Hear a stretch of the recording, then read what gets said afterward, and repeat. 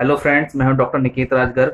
आज आपके सामने एक नया टॉपिक लेके आया हूं, affect of cold water in the digestive system. ठीक है, तो मैं ये बताऊंगा, मैं क्यों बता रहा हूं, इसका एक मोटो है।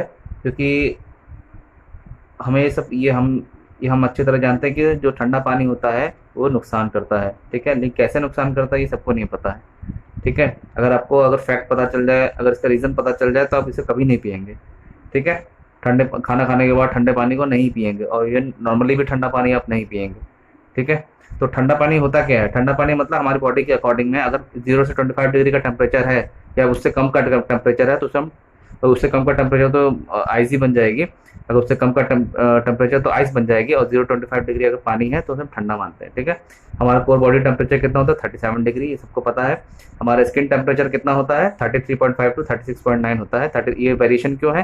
कि कुछ पार्ट ऑफ द बॉडी जैसे नाक है ना, कान है, फिंगर टिप है, और भी जो टोज हैं हमारे, जो पैर की उंगलियां हैं, उनका टेम्परेचर कम होता है। और जो थोड़े जो आर्मपिट है, ग्रॉइन्स है, और जो मान ली एल्बो है, ये घुटने के पास जो है पॉप्लिटल फोसा, वहाँ पे हमारा जो है टेम्परेचर थोड़ा अधिक होता है। ठीक है, कॉमन सेंस की बात है।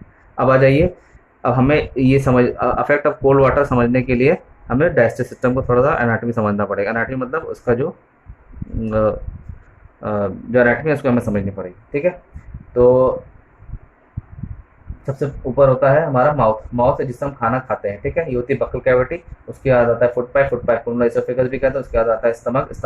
स्टमक में डाइजेशन हो, उसके वो जो फूड होता है वो स्मॉल इंटेस्टाइन में आए, फिर उसके बाद लार्ज इंटेस्टाइन में आए, उसके बाद एनाटॉमी के थ्रू बाहर निकल गया। ठीक है, ऐसा होता है। ठीक है, अब आ जाइए, मैंने यहाँ पे क्रॉस सेक्शन काटा है। क्रॉस सेक्शन मतलब एक जो पार्ट है इसका, जो वॉल है स्टमक की वॉल का क्रॉस सेक्शन काट के हम साइड से देख रहे हैं। और ये जो पार्ट है अंदर, ये जो है इसको कहते हैं ल्यूमन। ल्यूमन मतलब जो पैसेज है, जो कनाल है, उसको हम लोग ल्यूमन कहते हैं, जिसके थ्रू फूड पास होता है। ठीक है, तो ये ल्यूमन ही है। ठीक है, ठीक है। अब ये जो वॉल है उसके 4 पार्ट होते हैं: म्यूकोसा, सब म्यूकोसा, मस्कुलरिस एक्सटर्ना और सेरोसा। देखिए नाम मैंने मेंशन किया है, तो आप इसको एक दो तीन बार देखिएगा तो आपको कंसेप्ट एकदम समझ में आ जाएगा। ठीक है, अब आ जाइए, म्यूकोसा। म्यूकोसा के 3 पार्ट होते हैं, जो इंटरनल मेम्ब्रेन होती है, ठीक है, बेसमेंट मेम्ब्रेन है, उसके बाद लैमिनिया प्रोप्रिया होती है, उसके बाद इंपॉर्टेंट मसल लेयर है मस्कुलरिस म्यूकोसा। ठीक है, मस्कुलरिस म्यूकोसा होते हैं। ठीक है, ये क्या होती है? ये स्मूथ मसल से बनी होती है। It cause the secretion of the digestive fluid after by the contraction.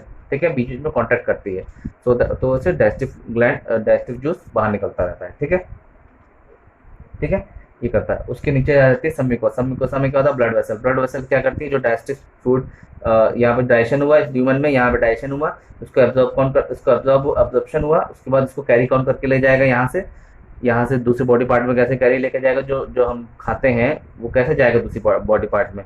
क्योंकि जो हम खाते हैं वो शरीर में कैसे लगेगा? इसी के थ्रू लगेगा। ये लेके जाती है, ब्लड वेसल्स लेके जाती है, लिम्फ वेसल्स लेके जाती है। ठीक है, वो कहाँ होती है? सम्मिकोसा में होती है। उसके नीचे क्या होता है? Muscularis externa. मस्कुलरिस एक्सटर्ना का क्या काम होता है? It cause the peristalsis of the intestine या स्टमक। क्या करता है पेरिस्टालसिस में?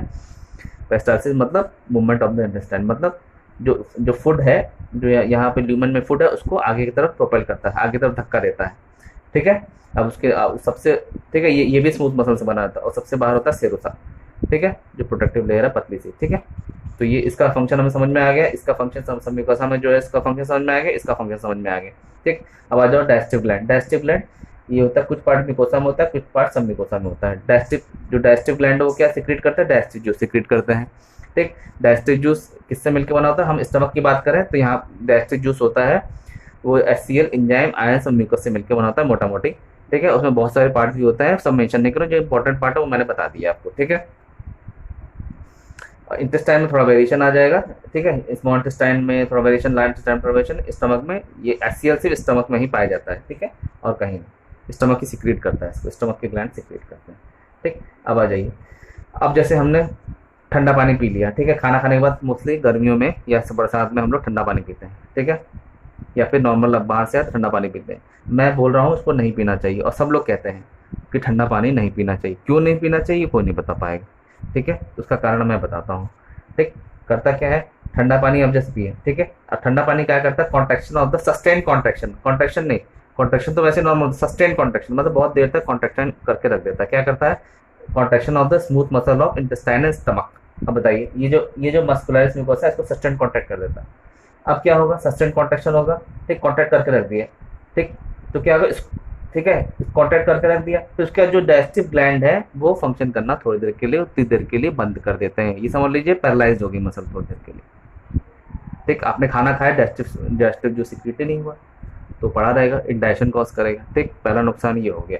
दूसरा नुकसान क्या हो गया, एक तो आपका डाइजेस्टिव जूस सिक्रेट नहीं हुआ, ठीक है, decrease secretion of the digestive juice, ये हो गया। उसके बाद क्या हो गया, जो ये वाली मसल ये भी कॉन्ट्रैक्ट कर जाएगी तो पेरिस्टालसिस मूवमेंट नहीं होगा, तो यानी कि अब जो फूड यहाँ पड़ा है वो आगे प्रोपेल नहीं होगा। ठीक है, दूसरा नुकसान हो गया। तीसरा नुकसान क्या हो गया, जो डाइजेस्टिव सरफेस एरिया है वो कम हो जाएगी, जो मसल से कॉन्ट्रैक्ट कर गई तो डाइजेस्टिव सरफेस एरिया कम हो गया। तो ठीक है, डाइजेस्टिव सरफेस एरिया कम हो जाता है क्योंकि मसल कॉन्ट्रैक्ट हो गई, सस्टेन कॉन्ट्रैक्ट, उससे क्या जो अब्जॉर्प्शन कम हो जाएगा। अब सिंपल सी बात है, अब जो सरफेस एरिया अगर इंटेस्टाइन के ल्यूमन का कम हो जाएगा तो अब्जॉर्प्शन भी कम हो जाएगा। तीसरा नुकसान हो गया। चौथा नुकसान क्या हो गया, ये जो ब्लड वेसल्स है इसमें भी स्मूथ मसल होती है, वो भी कॉन्ट्रैक्ट कर जाएंगी। वो कॉन्ट्रैक्ट कर जाएंगे तो अब्जॉर्प्शन कम होगा। ठीक है, वो पतली हो जाएंगी, उनका ल्यूमन भी, जो इसकी धमनी है यहाँ पे जो ल्यूमन है वो भी कम हो जाएगा क्योंकि ब्लड वेसल कॉन्ट्रैक्ट हो जाएंगी। उसके बाद अगला नुकसान क्या है, जो इंजाइम्स है, देख हमें पता है इंजाइम्स आर द बायोकैटलिस्ट। ठीक है, बायोकैटलिस्ट होता है, उनको चाहिए एक ऑप्टिमम टेम्परेचर, पीएच चाहिए होता है, सबको पता है। ठीक, तो क्या होता है, जब ठंडा पानी तो ऑप्टिमम टेम्परेचर नहीं मिल पाता है। ठीक है, उससे क्या होता है, एंजाइम जो है इनएक्टिव हो जाता है उतनी देर के लिए, जितनी देर, और उसको बॉडी को मेंटेन करने के लिए थोड़ा टाइम लगता है, हो सकता है 15 मिनट लगे, 20 मिनट लगे, आधा घंटा लगे। ठीक है, वो डिपेंड करता है आपने कितना पानी पिया है। ठीक है, ये हो गया, एफिशिएंसी एंजाइम डिक्रीज हो गई, वो इनएक्टिव हो गए तो क्या होगा, डाइजेशन फिर उतनी देर के लिए रुक गया। ठीक, जो सबसे और एक और है जो म्यूकस सिक्रीशन है एलिमेंट्री कनाल में, यहाँ पे गॉबलेट सेल्स होते हैं अलग से, छोटे छोटे छोटे छोटे, है ना, वो क्या करते हैं, वो म्यूकस सिक्रीट करता है सो दैट कि जो थोड़ा सा लुब्रिकेशन रहे डाइजेस्टिव फ्लूइड में, वो अधिक सिक्रीट होता है वो। ठीक है, लुब्रिकेशन तो मिल गया, लेकिन उसके साथ साथ जो म्यूकस होता है that is rich in, very rich in protein and carbohydrate, polypeptide से बना होता है और पॉलीसैकेराइड से मिलकर बना होता है। वो क्या होता है, अननेसेसरी प्रोटीन सिक्रेशन ज़्यादा होगा, तो जो प्रोटीन क्या होता है हमें एंटीबॉडी में बनने में काम आता है। ठीक है, प्रोटीन जो है बहुत सारी चीज़ों का, तो उससे क्या होगा, हमारा इम्यून सिस्टम डिक्रीज होगा, अननेसेसरी वो बाहर चला गया, ल्यूमन की तरफ बाहर चला जाएगा एनल कनाल के, तो ये नुकसान होता है। ठीक है, अगर आपको कोई भी कुछ बातें समझ में नहीं आए तो आप क्वेरी में लिख सकते हैं, और ये वीडियो सब्सक्राइब करके शेयर कर दीजिएगा। धन्यवाद।